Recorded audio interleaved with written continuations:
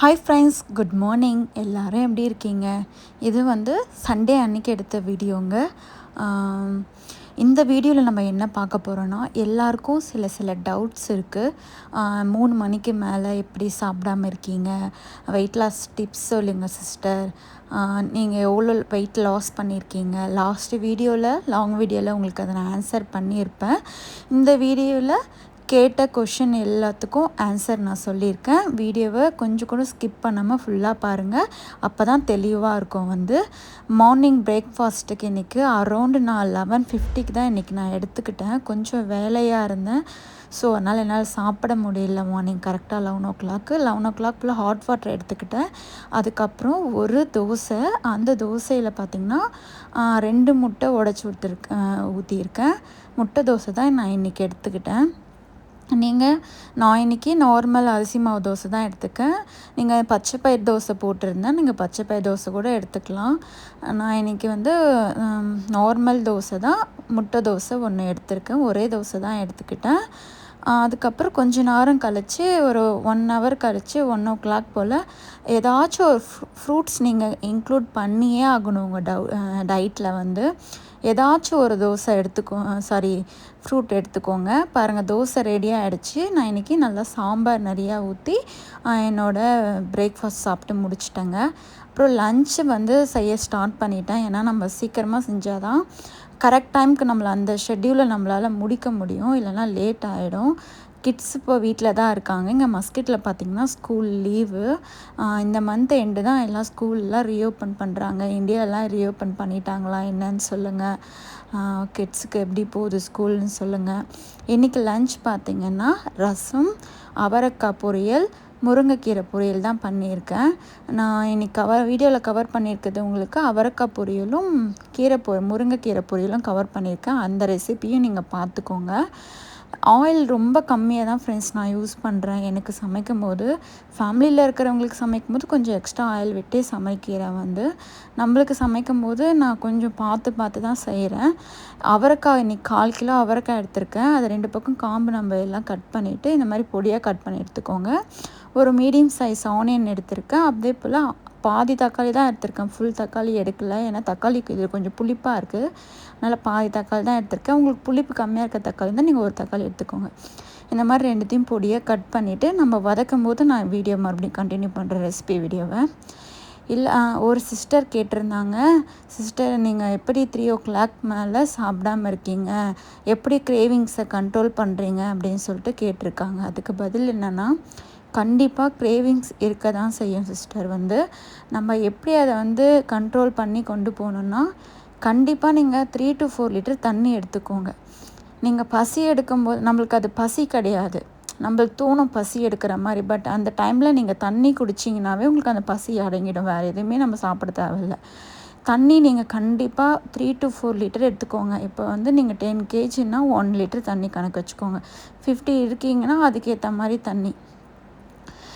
இப்போ 20 கிலோவுக்கு 1 kg தண்ணி நீங்கள் 1 லிட்டர் தண்ணி கணக்கு வச்சிங்கன்னா, 80 இருந்தீங்கன்னா 4 லிட்டர் நம்மளால் ஒரு நாளைக்கு குடிக்க முடியுமானா முடியாது. அதுக்கு நீங்கள் 3 லிட்டர் தண்ணியாக வச்சுக்கோங்க. அதுக்கப்புறம் பார்த்திங்கன்னா juice, green tea, black tea இதெல்லாம் குடிக்கிறது நீங்கள் எல்லாம் அது உங்களுக்கு 4 லிட்டர் கணக்கு வந்துடும். இப்போ அகெயின் ரெசிபிக்கு வரலாங்க. ஒரு பேன் எடுத்திருக்கேன். முடிஞ்ச அளவுக்கு நீங்கள் இரும்பு சட்டி, இரும்பு கடாய், அதுக்கப்புறம் மண் சட்டி அந்த மாதிரி யூஸ் பண்ணிங்கன்னா உங்களுக்கு ஹெல்த்தியாகவும் இருக்கும். ஆயிலும் ரொம்ப கம்மியாக யூஸ் பண்ணலாம். நான் இன்றைக்கி அயன் பேன் தான் ஒன்று எடுத்திருக்கேன். அதில் ஒரு டேபிள் ஸ்பூன் தான் ஆயில் ஆட் பண்ணியிருக்கேன். கொஞ்சம் கடுகு, அதுக்கப்புறம் அந்த கட் பண்ணி வச்சுருக்க ஆனியன் சேர்த்துட்டு நல்லா நம்ம ஃப்ரை பண்ணி எடுத்துக்கலாம். இந்த ஒரு ஸ்பூனே போதும், நான் எக்ஸ்ட்ரா எதுவுமே ஆயில் ஊற்ற மாட்டேன். நல்லா இப்போ ஆனியன் ஃப்ரை ஆகி வந்த பிறகு பாருங்கள், இந்த அளவுக்கு நல்லா ஃப்ரை ஆகி வந்துடுச்சு. கட் பண்ணி வச்சுருக்க தக்காளியும் சேர்த்துக்கிறேன். தக்காளி சேர்த்துட்டு தக்காளி நல்லா ஃப்ரை பண்ணி வந்ததும் கட் பண்ணி வச்சுருக்க அவரைக்காவையும் நம்ம இதில் சேர்த்துக்கலாம். சேர்த்துட்டு தேவையான அளவுக்கு நான் கொஞ்சம் இப்போ சால்ட் ஆட் பண்ணிக்கிறேன். உங்களுக்கு நீங்கள் எந்த அளவுக்கு தேவையோ அந்த அளவுக்கு டேஸ்ட்டுக்கு ஏற்ற மாதிரி கல்லுப்பு தான் நான் எடுத்திருக்கேன். கல்லுப்பே தூள் உப்பு இருக்குது, இங்கே கிடைக்குது மஸ்கட்டில். நீங்கள் இல்லைன்னா மிக்ஸி ஜாரில் போட்டு தூள் பண்ணி வச்சுக்கலாம். இப்போ அவரைக்காவும் சேர்த்துட்டு ஒரு 5 மினிட்ஸ் லோ ஃப்ளேமில் வச்சு நல்லா நீங்கள் ஃப்ரை பண்ணி எடுத்துக்கலாம்.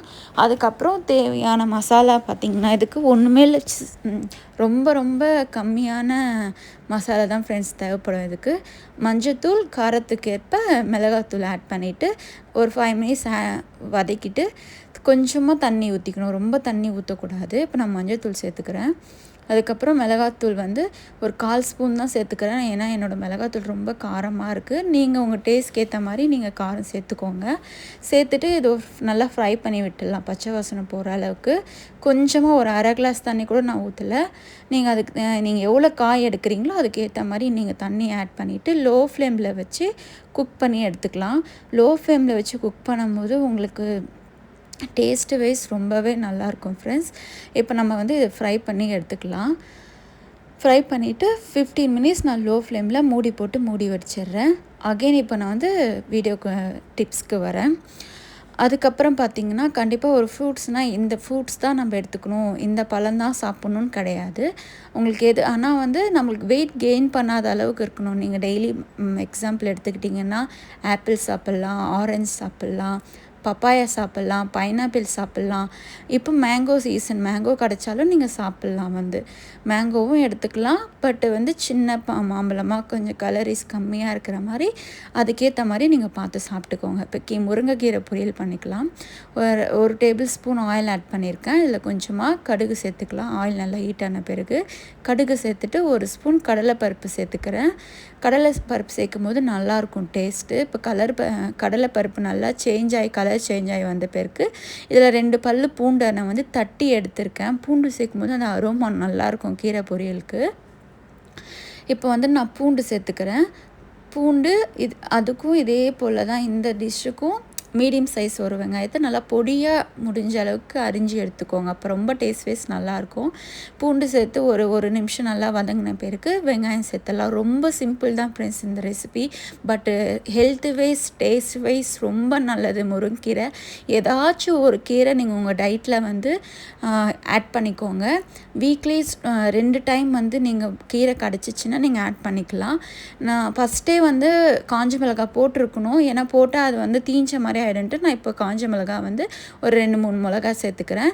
இப்போ தேவையான அளவு உப்பு சேர்த்துக்கோங்க. கீரை பார்க்கறதுக்கு நிறையா தெரியும், அதனால் ஃபஸ்ட்டு நீங்கள் சால்ட்டு கம்மியாகவே சேர்த்துக்கோங்க. வதங்கி வந்த பேருக்கு பத்தலைன்னா கூட சேர்த்துக்கலாம், ஏன்னா நம்ம கீரை நிறையா இருக்குன்னு உப்பு நிறையா போட்டோன்னா கீரை நல்லா நம்மளுக்கு வதங்கின பேருக்கு கொஞ்சமாக ஆகிடும். இப்போ நான் மாதிரி உருவி அலசி வச்சுருக்க கீரையை சேர்த்துக்கிறேன். இந்த மாதிரி தண்ணி ஃபில்ட்ரு பண்ணி எடுத்துக்கோங்க. இப்போ கீரையும் சேர்த்துட்டு நல்லா ஒரு வதக்கிடுங்க. 1 நிமிஷத்துலேயே நல்லா சுருண்டு வந்துடும் உங்களுக்கு கீரை நல்லா சுருண்டு வந்த பிறகு தண்ணி லைட்டாக தொளிச்சு தான் அதை வேக வைக்கணும். ஒரு 2 ஸ்பூன் கூட நம்மளுக்கு தண்ணி இதுக்கு தேவைப்படாது. நல்லா இப்போ ஃப்ரை பண்ணிக்கலாம். ஒரு 5 மினிட்ஸு லோ ஃப்ளேமில் வச்சு ஃப்ரை பண்ணிக்கோங்க. அதுக்கப்புறம் கொஞ்சமாக ஒரு 2 ஸ்பூன் அளவுக்கு தண்ணி சேர்த்துட்டு நீங்கள் ஒரு 5 to 10 மினிட்ஸ் வச்சிங்கனாவே கீரை நல்லா வெந்து வந்துடும். இதுக்கு வந்து லாஸ்ட்டாக சில பேர் வேர்க்கடலை தூள் போடுவாங்க, சில பேர் தேங்காய் துருவல் போடுவாங்க. என் ஹஸ்பண்ட்க்கு வந்து தேங்காய் துருவல் போட்டால் தான் பிடிக்கும். பட் எனக்கு வந்து பீனட் வேர்க்கடலை தூள் போட தான் பிடிக்கும். பட் 2 பேருக்கும் தனித்தனியாக செய்ய முடியாது இல்லையா, அவங்களுக்கு பிடிச்ச மாதிரி செஞ்சிடலான்னு சொல்லிவிட்டு தேங்காய் துருவல் தான் நான் இன்றைக்கி ஆட் பண்ணியிருக்கேன். 2 பத்த அளவுக்கு தேங்காய் எடுத்துகிட்டு அதை வந்து மிக்ஸி ஜாரில் போட்டும் நீங்கள் துருவிக்கலாம், அப்படி இல்லைன்னா நீங்கள் துருவல் வச்சு துருவிக்கலாம். வந்து அதுவும் நான் உங்களுக்கு காட்டுறேன். எங்கே பாருங்கள், சூப்பராக நம்மளுக்கு வந்து அவரைக்காய் பொரியல் ரெடி ஆகிடுச்சிங்க. சூப்பராக இருக்கும். வெறும் சாதத்தில் கூட நீங்கள் இந்த தொக்கு மட்டும் இருந்தால் போதும், குழம்பு நம்மளுக்கு எதுவுமே வேண்டாம். அந்த தொக்கை வச்சு நம்ம சாப்பிட்டுடலாம் வந்து காய் போட்டு, அவ்வளோ டேஸ்ட்டாக இருக்கும் உங்களுக்கு. இப்போ பாருங்கள் லைட்டாக தண்ணி இருக்கிற மாதிரி இருக்குது, அதனால் மட்டும் நான் ஒரு 2 மினிட்ஸ் எக்ஸ்ட்ரா வச்சேன். இப்போ பாருங்கள் நல்லா சுருண்டு வந்துடுச்சு. இந்த ஸ்டேஜில் நீங்கள் ஆஃப் பண்ணிவிட்டு இப்போ நீங்கள் நான்ஸ்டிக்கில் செய்கிறீங்க இல்லை வந்து இண்டாலியமில் செய்கிறீங்கன்னா பொரியல் பண்ணிவிட்டு அப்படியே விட்டுடலாம். அயனில் வந்து இரும்பு சட்டியில் செய்யும்போது கண்டிப்பாக நீங்கள் வந்து சமையல் பண்ணி முடித்ததும் நீங்கள் வேறு பாத்திரத்தில் கண்டிப்பாக மாற்றிடுங்க. அதிலே இருக்கிறது அந்த அளவுக்கு வந்து உடம்புக்கு நல்லது கிடையாது. நீங்கள் உடனே ஸ்டவ் ஆஃப் பண்ணிவிட்டு வேறு பாத்திரத்தில் வந்து மாற்றிடணும். நான் பாருங்கள் வேறு பாத்திரத்தில் மாற்றிட்டேன். இப்போ இதை மூடி போட்டு நம்ம எடுத்து வச்சுக்கலாம் ஃப்ரெண்ட்ஸ். நம்மளுக்கு சூப்பரான அவரைக்காய் பொரியல் ரெடி ஆகிடுச்சு. இது ஒரு டிஷ்ஷும் ரெடி ஆகிடுச்சு. அடுத்தது நான் வந்து சைட் பை ரைஸ்க்கும் நான் வந்து ஒலை வச்சுட்டேன். இப்போ ரைஸும் நம்மளுக்கு ரெடி ஆகிடும். இதுதான் அதே போல் தண்ணி. இதுதான் ஃப்ரெண்ட்ஸ் இன்னையோட வீடியோ. அதே போல் நல்லா தண்ணி குடிங்க, உங்களோட உடம்ப நல்லா வச்சுக்கோங்க, மோட்டிவேஷனாக இருங்க. அவங்களுக்கு இப்போ வந்து 3:00 மேலே பசி எடுக்குது அப்படின்னும் போது ஒரு பிளாக் டீயோ இல்லை க்ரீன் டீயோ நீங்கள் குடிங்க, இல்லை வார்ம் வாட்டராக வச்சு குடிங்க. தண்ணி குடிச்சு தான் ஃப்ரெண்ட்ஸ் நம்மளால் கண்ட்ரோல் பண்ண முடியும் கிரேவிங்ஸை. மற்றபடி வேறு எதுவும் உங்களுக்கு ஒரு 1 வீக் கொஞ்சம் கஷ்டமாக தான் இருக்கும். எதை பார்த்தாலும் கொஞ்சம் கிரேவிங்ஸாக, தலைவலியா, அந்த எரிச்சலை வேறு யார் மாதிரிலாம் காட்டுறது, ப்ரெஷரை காட்டுறது அப்படிலாம் இருக்கும். பட் நீங்கள் அந்த 1 வீக் வந்து எப்படியாச்சும் கடந்து வந்துட்டிங்கன்னா அதுக்கு அடுத்தது நீங்கள் வந்து உங்கள் வெயிட்டை நீங்கள் வெயிட் மிஷினில் பார்க்கும் போதும் சரி, உங்களோட பத்தாத ட்ரெஸ்ஸெல்லாம் எடுத்து போடும் போதும் சரி, உங்களுக்கு ரொம்ப ஹாப்பியாக இருக்கும். நம்ம இன்னும் பண்ணணும்னு உங்களுக்கு மோட்டிவேஷனாக இருக்கும். நான் இப்போ 2-3 நாள் வந்து எக்ஸசைஸ் பண்ணிகிட்ருக்கேன். கண்டினியூ எனக்கு டைம் கிடைக்கும் போது எக்ஸசைஸ் ஆர் வாக்கிங் நான் ஏதாச்சும் ஒன்று பண்ணுறேன். உங்களுக்கு டைமிங் எப்படி வந்துன்னு பார்த்துக்கிட்டு நீங்கள் அதுக்கேற்ற மாதிரி பண்ணுங்கள் சிஸ்டர். இந்த வீடியோ பிடிச்சிருந்தா லைக் பண்ணுங்கள், ஷேர் பண்ணுங்கள். தேங்க்யூ.